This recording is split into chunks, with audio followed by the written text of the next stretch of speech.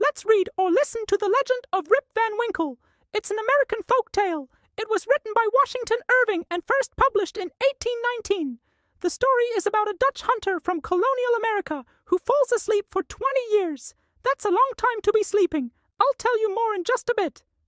But first, some background. Rip Van Winkle lived in a village in the Hudson Valley, not too far from the Catskill Mountains. Now, Rip was one of those good, kind men that everybody liked. He was always ready with a kind word or an encouraging smile. Children loved him because he could tell them amazing stories about nature, and he would play games with them. The only problem with Rip was that he was a little lazy. He didn't like working long and hard in his field, pulling weeds and stuff like that. Instead, he'd rather spend his time fishing, telling stories, and playing games with the kids in the village. Rip was happiest when he didn't have anything to do. In other words, he was a real goof-off. One sunny afternoon, Rip decided to take his dog for a walk up into the mountain. There was a stream there that had great trout.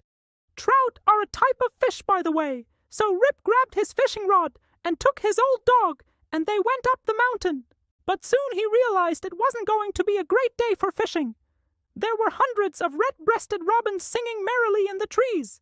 Their cheerful songs made Rip feel even happier than usual. He put down his fishing rod and sat down on a nearby stone to enjoy the beautiful day.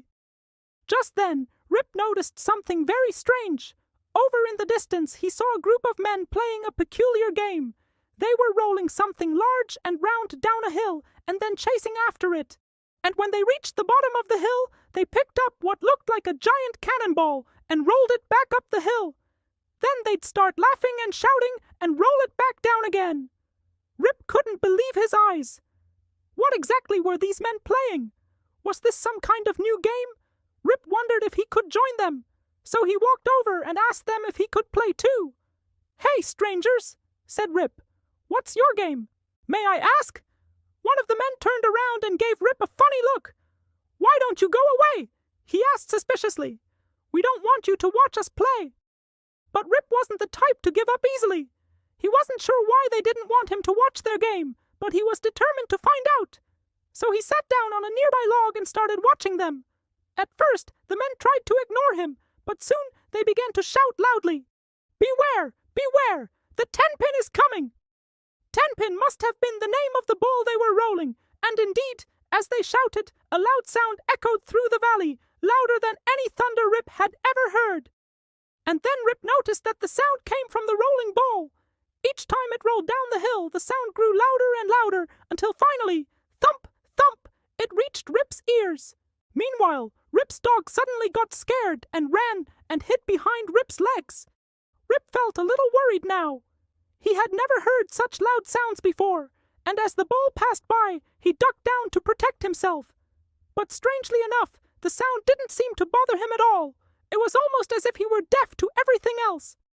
Then one of the men approached Rip and asked him, "Do you hear a noise?" "Noise," said Rip. "What noise? Don't you hear the sound of the balls rolling?"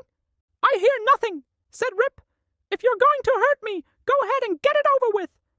Then the man shouted, "Beware! Beware! The 10-pin is coming!" And Rip fell to the ground and blacked out. When he woke up, he found himself lying under a tree. At first, Rip thought he might have died. He was too scared to open his eyes. But slowly, he began to come to. Then he opened his eyes and looked around. He was still in the same place where he'd fallen asleep. He could hear birds singing and feel the sun shining brightly down on him.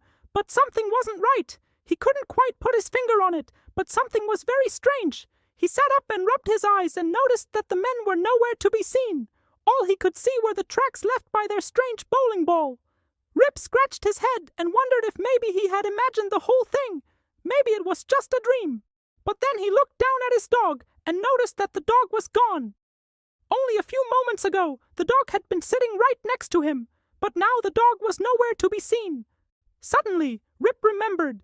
He remembered the bowling ball. Where was that strange ball? Rip searched everywhere, but he couldn't find the ball anywhere. All he found was a flat piece of rock that fit perfectly into his hand. He slipped it in, and it was warm. Then he started to think again. And then he knew. He knew what had happened. That ball, that strange, heavy ball, it must must have been magic. It must have transported his dog somewhere else. Now, Rip was a brave man, but he was also very lazy. And the idea of going off on an adventure to search for his dog didn't appeal to him at all. So he sat down under the tree and waited. He figured that his dog would show up sooner or later. And if not, well, he would just starve to death. What else could he do? And so Rip waited. He waited and he waited. But his dog never came back. And then Rip started to get hungry. He remembered that he hadn't eaten since the day before, and now his stomach was rumbling. So he decided to walk back down the mountain and grab something to eat. But once again, when he looked around him, he realized something was wrong. Everything looked the same, but it was also completely different. The houses and shops were the same, but they looked older. The paint had peeled off and the roofs had started to fall apart. Some of the buildings were gone and new ones had taken their place. And when Rip asked people what year it was, their answer surprised him. They told him it was 20 years later. Rip couldn't believe his ears. He had slept under that tree for 20 years. No wonder his dog had disappeared. Of course he had. Over the years, Rip had slept so long that he had become completely white with age. His beard hung down almost to his knees. When Rip learned to read, by the way, he couldn't believe the other news either. America was no longer under British rule. There was a new flag and new leaders. And Rip's old village was part of a new state called New York. America had become a completely different country while Rip had been sleeping. So that is the legend of Rip Van Winkle. Now you know why we call someone a Rip Van Winkle. It means that someone is very lazy and they're living in the past. They don't want to change. They don't want to move forward.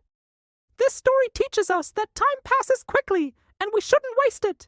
We should appreciate the present moment and the people around us. Don't forget that. And remember, a mixture of laziness and magic can make you miss 2 whole decades of your life.